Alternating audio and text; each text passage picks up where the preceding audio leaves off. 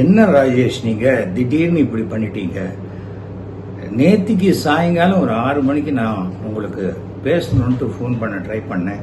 அப்போ லைன் கிடைக்கல. சரி, நாளைக்கு பேசலாம்னு நினைச்சேன். இன்னைக்கு பார்த்தா தலையில இடி விழுந்த மாதிரி நடிகர் ராஜேஷ் மரணம். கொஞ்சம் கூட நம்பவே முடியல. என்ன அவசரம்? உங்களுக்கும் எனக்கும் ஒரே வயசு தானே. என்னோட நீங்க 2-3 மாசம் இல்ல 4-5 மாசம் பெரியவங்களா இருப்பீங்க. சினிமா துறையில எனக்கு தெரிந்து நம்ம 2 பேரும் சமகாலத்தியவர்கள் ஃப்ரம் த டே 1. அதுல அதிபுத்திசாலியான வெகு சிலருக்குள்ள நீங்க ரொம்ப முக்கியமான ஒருத்தர் ராஜேஷ். பள்ளிக்கூட வாத்தியாராக இருந்த நீங்க கடைசி வரைக்கும் யாருக்காவது ஏதாவது ஒரு நல்ல விஷயத்த சொல்லி கொடுத்துட்டே தான் இருந்தீங்க.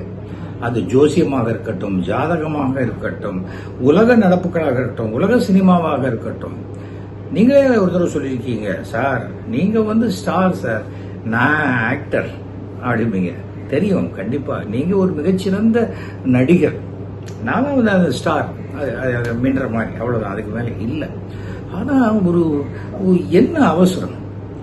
ஒரு நம்மளுடைய தமிழக அரசினுடைய திரைப்பட கல்லூரியில முதல்வராக இருந்தீங்க, மிக சிறப்பான சேவையை செய்தீங்க, எத்தனை புஸ்தகம் எழுதிருக்கீங்க, என்ன அவசரம் ராஜேஷ்?